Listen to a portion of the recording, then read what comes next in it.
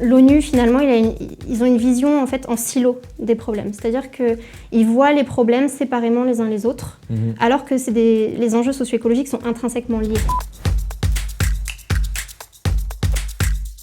Alice, tu es donc chargée d'études à la direction de l'Université catholique de Lille. Tu as aussi été analyste pour les Nations Unies et tu as fait des recherches en fait sur le côté transdisciplinaire des enjeux socio-écologiques.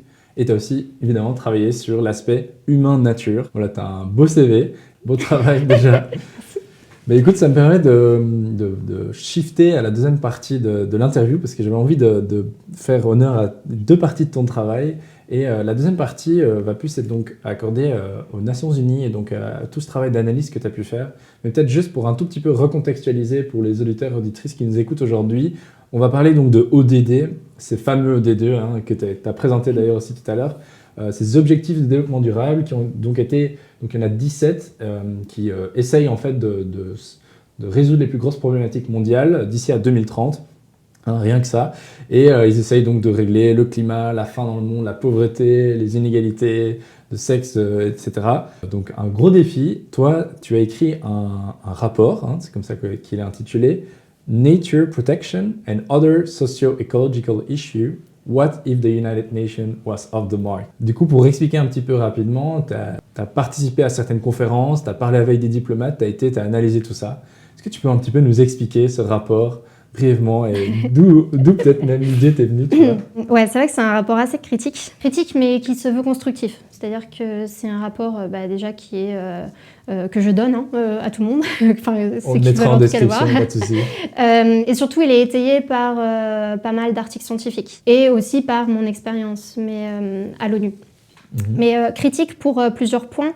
En fait, on se rend compte que l'ONU, finalement, ils ont une vision en fait en silo des problèmes. C'est-à-dire qu'ils voient les problèmes séparément les uns les autres, alors que les enjeux socio-écologiques sont intrinsèquement liés. Et systémiques, quoi. Et voilà, et systémiques. Et donc, on se retrouve avec des ODD qui essayent de gérer finalement, non pas la cause du problème, mais les conséquences. On voit l'ODD 13 sur le changement climatique, l'ODD 15 sur la préservation de la vie terrestre, l'ODD 4 sur l'éducation, mais il n'y a pas du tout de lien, voilà, donc il n'y a pas de vision systémique. Et en plus de ça, on ne va pas à la racine du problème, on ne fait que essayer de gérer les symptômes en fait du problème que les problèmes superficiels.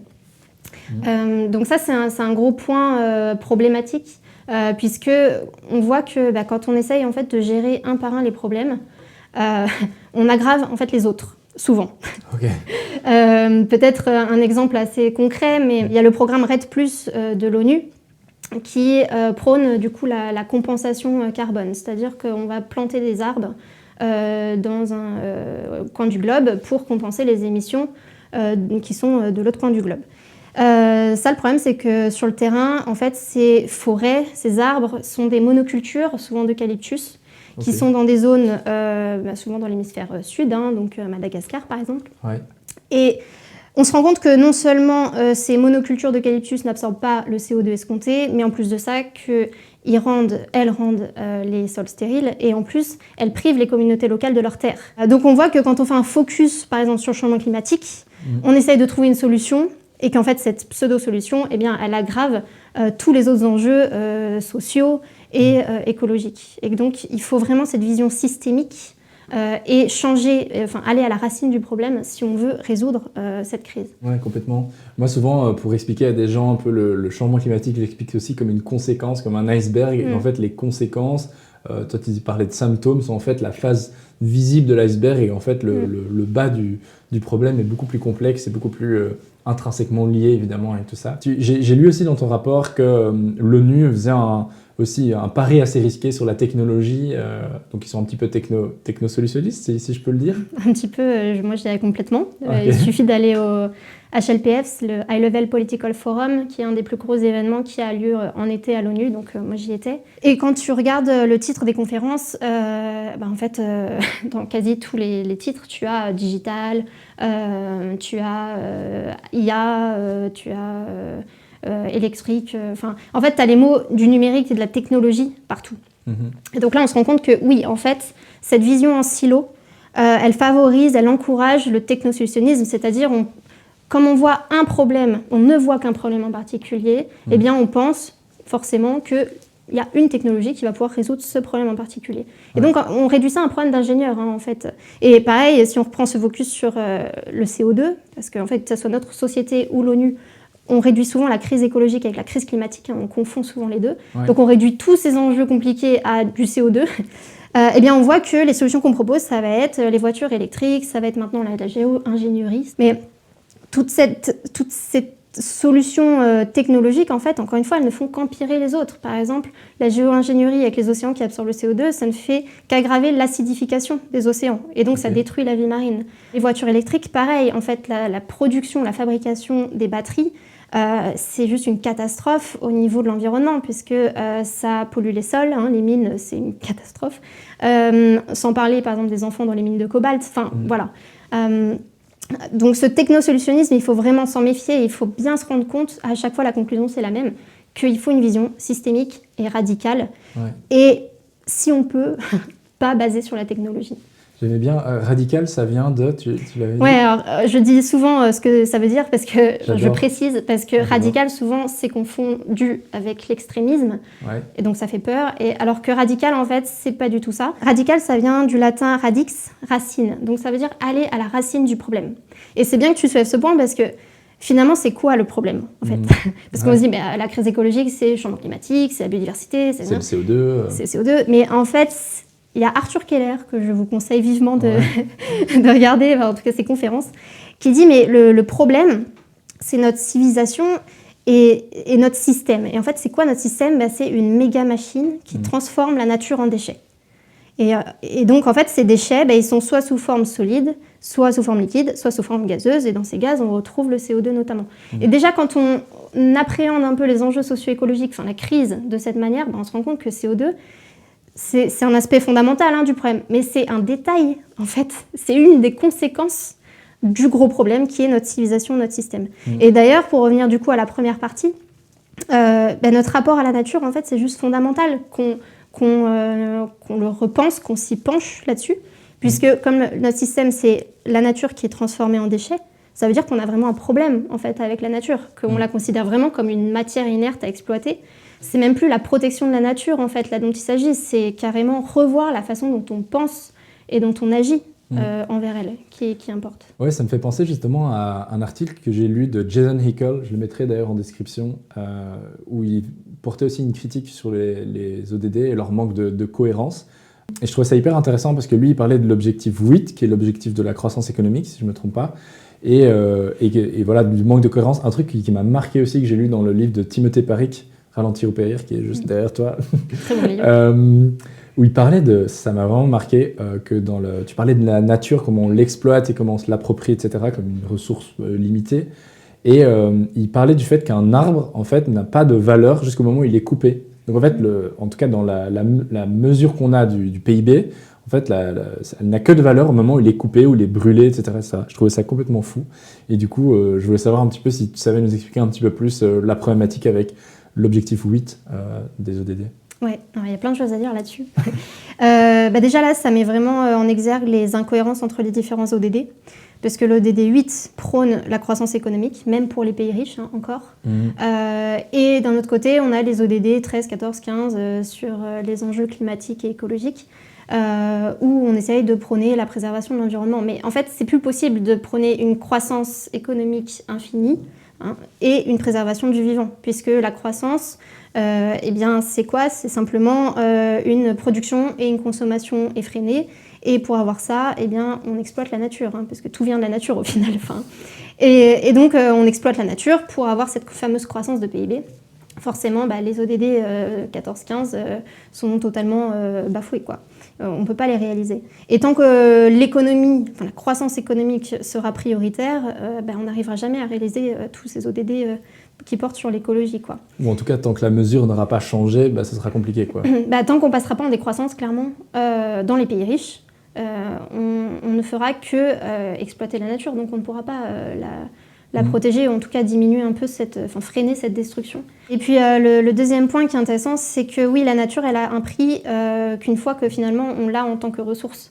Et ça, c'est assez grave, c'est qu'à l'ONU, en fait, on voit qu'à travers tous ces ODD, finalement, c'est cette vision justement anthropocentrée et dualiste qui est à son paroxysme, quoi. En fait, là, la valeur qu'on donne à la nature, que ce soit dans notre société ou l'ONU, c'est même plus finalement une valeur instrumentale, c'est une valeur économique. C'est-à-dire qu'on met un prix dessus, en priant pour que notre société, qui est capitaliste, reconnaisse finalement la valeur de la nature. Ah oui, on a mis un prix dessus, ah oui, en fait, elle a une valeur, donc il faut la protéger. Mais ça, c'est très vicieux parce que du coup, maintenant, quand on parle de la nature dans les textes et les discours onusiens, par exemple, la nature, elle est réduite à la notion de service écosystémique ou de capital naturel. Ça veut dire que là, la nature, ça a juste une valeur instrumentale ou économique. Et donc, avec cette vision qui se concrétise, on voit que là, on ne protège pas du tout la nature, en fait. On l'absorbe dans notre système économique.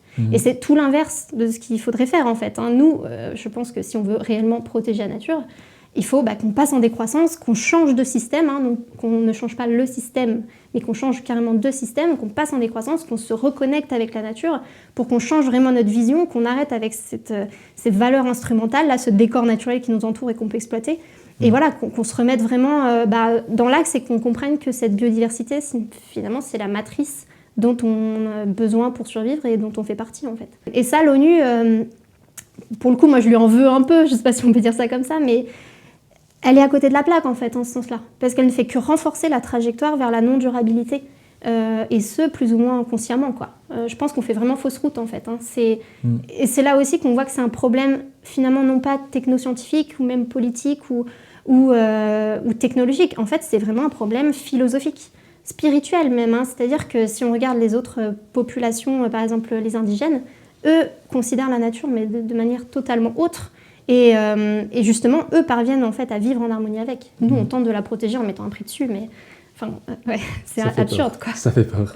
Mais ouais, je sais pas si un truc que je trouvais intéressant aussi tout à l'heure dans le cours quand tu as présenté, c'était aussi donc en fait ces ODD, donc c'est un peu notre feuille de route globale. C'est aujourd'hui en tout cas un espèce de texte non contraignant, non punissable. C'est un peu donc la feuille de route d'ici à 2030.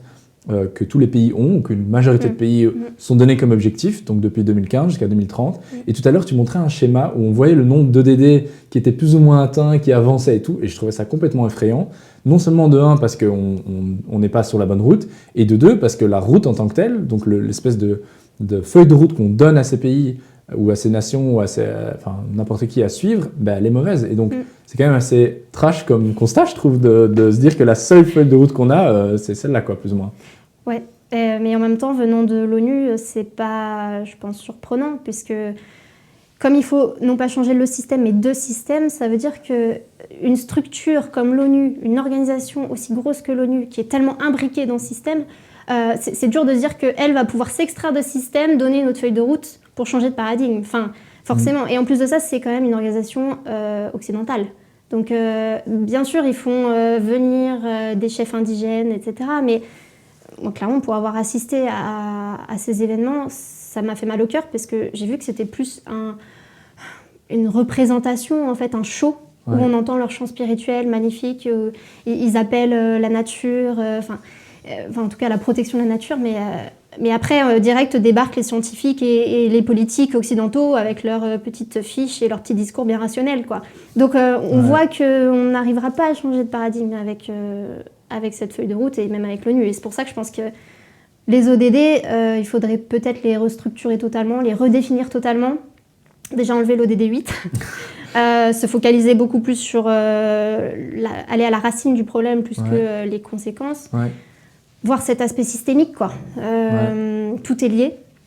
Et aller au cœur du problème, c'est-à-dire changer la façon dont on pense, revoir la manière dont on se comporte avec la nature et la manière dont on la considère, quoi. Donc, sacré travail. Sacré travail, c'est génial parce que tu as même répondu à ma dernière question qui était justement qu'est-ce que tu changerais dans les ODD et, ou peut-être qu'est-ce qu'il y a de positif à ce stade. Peut-être qu'on pourrait finir là-dessus sur une note positive. Est-ce qu'il existe déjà des choses qui sont bien faites ou est-ce qu'il y a des aspects positifs, pas au COP, mais aux Nations Unies et aux choses que tu as pu observer? Je pense oui. En fait, moi, j'ai fait un focus aussi sur les enjeux socio-écologiques et la protection de l'environnement. Ouais. Donc j'ai fait des recherches très focalisées sur certains ODD. Clairement, je pense qu'il y a plein d'ODD, je pense par exemple à ceux sur l'éducation, la faim dans le monde, etc., qui sont très bons. D'ailleurs, j'ai même entendu qu'ils commençaient à s'intéresser à l'agroécologie, parce qu'ils ont montré justement que comme les enjeux étaient liés, bien en fait... passer en agroécologie, ça avait des bons rendements, ça permettait à la population d'être en meilleure santé, de nourrir comme il faut les gens, etc. Et de ne pas tuer les sols, clairement. Enfin, donc il y a plein de choses positives. Moi, après, j'ai regardé ça avec vraiment un angle... en prenant du recul et en regardant où on était, la protection de la nature, et si notre vision des choses changeait un peu. Là, clairement, c'est pas très bon. Après, c'est quand même des outils, les ODD, qui peuvent être intéressants, je pense, plutôt à l'échelle locale. Parce que ça permet aux gens, je le vois dans les mairies, les structures comme l'université, etc., ça leur permet de s'approprier un peu les enjeux, de les étiqueter en quelque sorte, de voir, OK, il y a tout ça. Et puis on voit que l'ONU fait des efforts quand même pour avoir cette vision plus systémique. Je pense notamment au Wedding Cake, où en fait ils considèrent que oui, les ODD liés à l'environnement, c'est la base. Ensuite, il y a le social qui repose sur l'environnement. Et puis enfin, il y a l'économie qui est vue comme un outil pour permettre cette transition. Ils mettent quand même une espèce de degré d'importance en fait, en fonction des... Mais moi j'attends de voir les faits. Et pour l'instant, c'est quand même les enjeux, les ODD qui portent sur l'économie qui sont prioritaires au détriment du vivant, quoi. On espère que grâce à ton travail et grâce à toutes les personnes qui critiquent et qui proposent des solutions, on arrivera à faire quelque chose de mieux tous ensemble. J'espère aussi. En tout cas, merci beaucoup de nous avoir éclairé là-dessus. Moi, j'ai appris plein de trucs et j'espère pouvoir te réinviter un jour à Bruxelles. Merci à toi. À bientôt. Un plaisir. À bientôt. Ciao.